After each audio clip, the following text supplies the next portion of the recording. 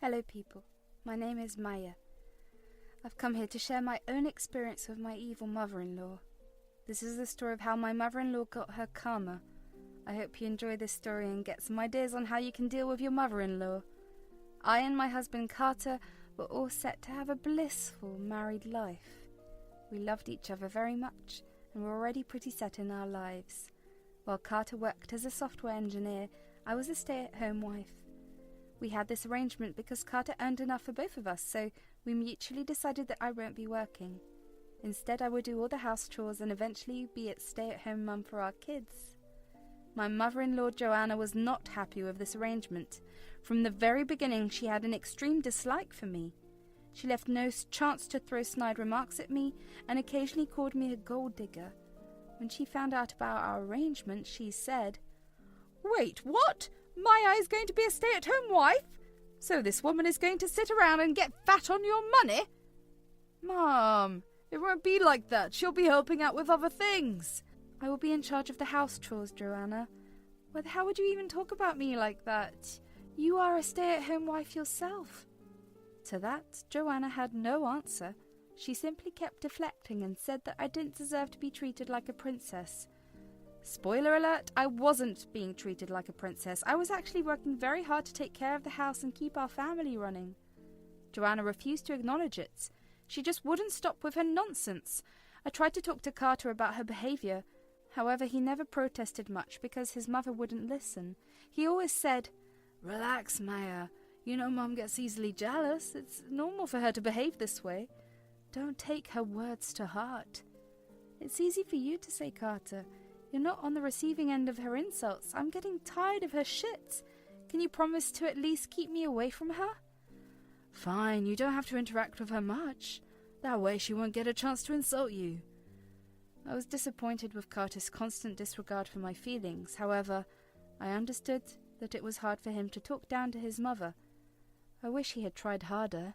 Maybe it would have saved us a lot of trouble in the future. Besides, I thought staying away from Joanna would help me be at peace. Well, my peace lasted for only a year into our marriage. After our first anniversary, I found out that I was pregnant. Both I and Carter were happy, but didn't tell his family before the second trimester. I was having a risky pregnancy, so we wanted to wait before telling everyone. When we finally revealed the news, his family had a mixed reaction. They said, "Congratulations, Carter and Maya. Oh my god, this is such great news. I can't wait to be a grandfather. You two are going to be such great parents." "Thanks, Dad. We're really excited as well." "Carter, this child needs to be taken care of. You say Maya is having a tough pregnancy? I think I should move in with you a month before she is due. That way I can help her get some rest." "My mum also moved in with us when Joanna was pregnant with you. It does help to have an extra pair of hands. What do you guys think?" "That's a great idea, actually. I'm sure we'll appreciate the help." "Thank you for offering, Mum. It will be a huge relief to have you around. You can move in with us before our delivery." Carter happily gave his consent to let Joanna live with us for a while. Yes, without even consulting me, my husband made this decision right away. However, instead of blaming him, I was mad at Joanna. She purposefully raised the question in front of everyone. She knew Carter wouldn't consult me before answering and wouldn't say no in front of everyone. When I went home, I clearly expressed my concerns with Carter. I was pretty pissed off, but tried to have a normal conversation. I said, "Carter, that was rude of you to invite Joanna without consulting me. You should have given a neutral answer. You know we don't get along, and still, you want to allow her to stay at our house." "You need to relax, Maya. Mum will be a great help at the house. The doctor needs you to rest. I don't want you working and stressing too much. Mum will help you out." "Your mum will be the one to stress me out, Carter. Why don't you understand that?" "She won't stress you out, Maya. You're pregnant, so she won't disturb you much. She's not as evil as you think. Just give her a chance." It pains me to say that we fought for months on this issue. Carter wanted his mum in the house to help me out. Meanwhile, I was sure she would cause trouble if she came. We had some pretty big fights about this. Joanna also kept pressuring and brainwashing Carter into accepting her help. In the end, I compromised and allowed her into my home. As promised, she moved in 1 month before the baby arrived. Guys, I am not exaggerating even a little when I say that Joanna became a living nightmare. This woman was actually at the house to make me work for her. Yes, Joanna moved in so that she could make sure I was doing all the work alone. She was constantly on my butt, telling me to stop being lazy. Hell, she didn't let me rest for more than a few minutes. She said, "This is why I wanted to come here. I knew you would use your pregnancy to get out of your responsibilities. Look at you wasting my son's money and doing nothing. From tomorrow, I should be seeing you cleaning the house and cooking all the meals. Don't expect me to help." But you moved in here to help me. If you don't want to be of any help, then why bother staying here? To supervise you, of course. I know your tricks. You will use your pregnancy to slack off as usual. If you want to be a good mother and wife, you need to do everything on your own. You are asking way too much of me, Joanna. You are here to help and not give me more tasks. I am having a high-risk pregnancy and need to rest a lot. Not working when you are pregnant is no excuse. I can't believe you think you can get away from your responsibilities like that. That's not how it works. Do you expect me to do your job? No, Joanna, I don't expect you to do my job. I thought you would help me out a little. That's why you are here anyway. You have some nerve, Maya. I'm here for my son and my grandchild. You are not my problem. Till you've had that baby, I will do nothing around this house. This is your job. I don't have a problem with doing certain chores, Joanna, but I can't do everything, especially when you have become an added member. It's simply not possible for me. I don't care. You're not a princess. Lots of women get pregnant and take care of their family as well. I'm not doing your job, and that's final. I guess the whole thing about my risky pregnancy went over her head. She didn't want to compromise, even if I had complications. Joanna wanted to see me suffering. That's what she always wanted in her life. I knew she never liked me, but things became even worse. Joanna stopped doing anything around the house. Instead, she would bark orders at me and make me do things. From morning to night, I was stuck doing work around the house. She never lifted a finger to help. If I refused to do anything, she harassed me and forced me to do it anyway. I was mentally too weak to fight her. Plus, I knew that if I didn't do all the cooking and cleaning, these things won't be done. I would be starving in a dirty house full of garbage, so I did everything. Carter never said anything because Joanna pretended that she helped me out all the time. I reached my breaking points. One night Joanna told me and Carter that she would call her friends for a party. When Carter expressed concerns about overworking me, she told him that she would get catering and do everything herself, so he didn't say anything. However, after Carter went to work, Joanna came up to me and said, "You know that my friends will come over today. You need to cook lunch and snacks for 12 people. They will be here for my informal grandma shower." Are you insane? I cannot work so much. This is ridiculous. How many times do I have to tell you that I'm having a high-risk pregnancy? You told us you were getting the event catered. Stop whining about yourself, Maya. We have all been mothers. You don't get special treatment for that. I'm not wasting money when you are perfectly capable of doing the job. Now stop wasting time and start working. I want everything to be perfect. So I was stuck, cleaning the house and preparing the meal from the moment Carter left the house. That day, I worked straight for 12 hours because Joanna even made me clean up and wash dishes after the party. Her friends came and enjoyed the fruits of my work. Not one person helped or even congratulated me. By the end of the day, I was so tired that I felt sick. I called my nurse friend to come and check me. Sure enough, she said that I'd worked too much. That's when I knew I had to stand up for myself, so I called Carter and told him to come home early from work. I sounded exhausted and Carter was immediately alarmed. Just when Carter texted me that he was near, I decided to start confronting Joanna. I said, "Do you have any idea what time has passed? I was so tired and almost got sick. My baby could have been hurt." "Stop whining, you little witch! Don't think I will worship you because you are pregnant. You deserve to be treated like this." "What have I ever done to you? You have never been nice to me." "Don't act like you don't know anything. You plan to steal my son so you can live like a queen. Guess what? It will never happen. I'll make sure you know your place."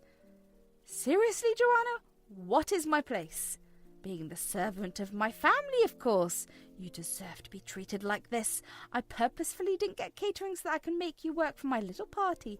From now on, you should watch your place and show me respect. You made me work 12 hours just for a power play.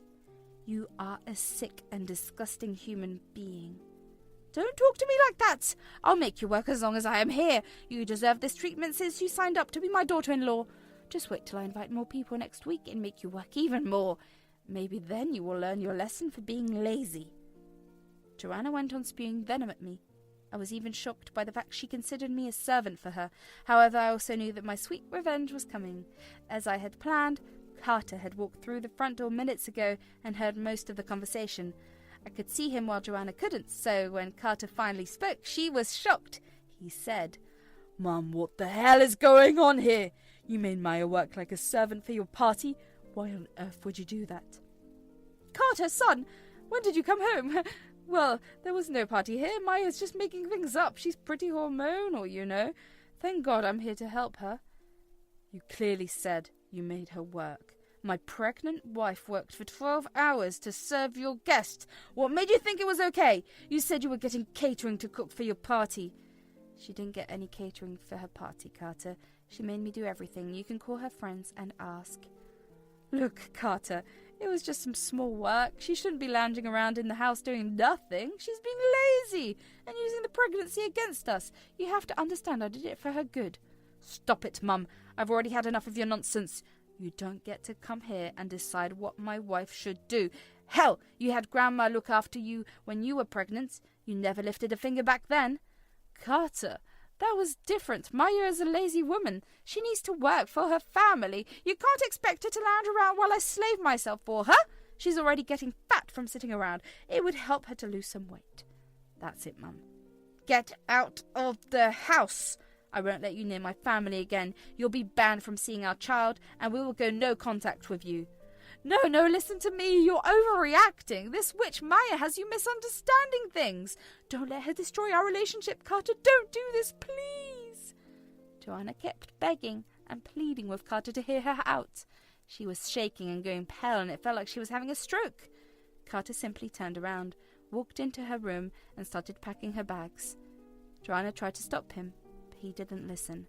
I didn't even have to do or say anything else. I simply enjoyed the show. Occasionally, Joanna would look at me and throw insults at me. However, Carter shut it down every time and in turn started to berate her. Soon Joanna was kicked out of the house with her bags. Carter called Rob to come and take her home. Rob was absolutely appalled by what Joanna had done.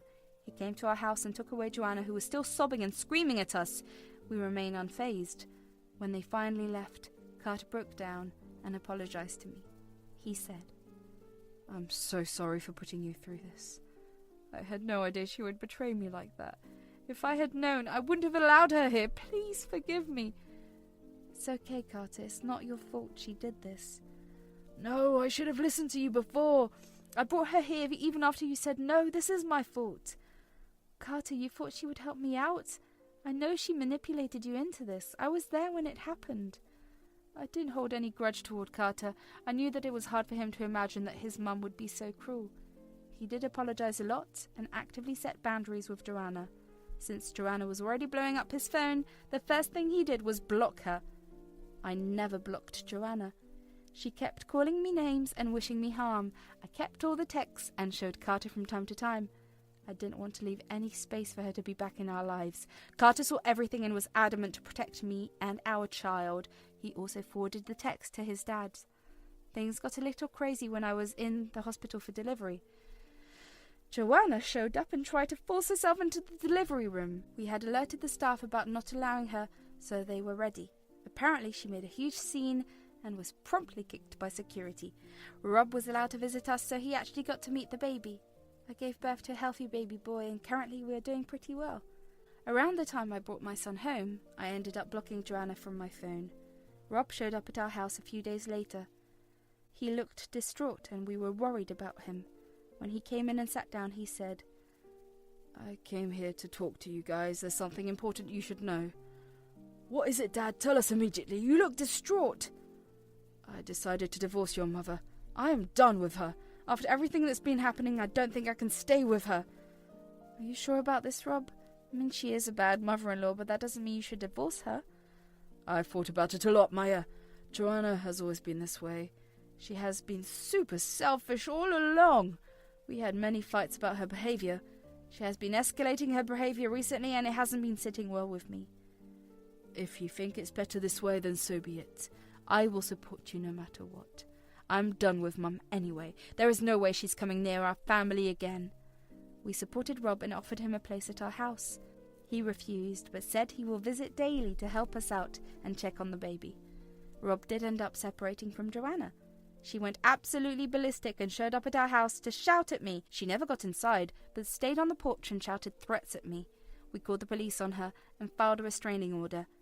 Having a newborn was exhausting, and we simply didn't have the energy to deal with Joanna anymore. Since the whole incident, it has been several months. Joanna and Rob have almost finalised their divorce. Joanna is still being salty about everything, so the divorce proceedings are taking time. Turns out Rob owns their house and she can't claim it due to a prenup. She did try to show up at Carter's work, begged him for a place to stay. Carter simply called security and told them to escort her out. Turns out Rob gave her a month's notice for eviction. She thought he was bluffing, so when she was finally about to be kicked out, she went to Carter for help.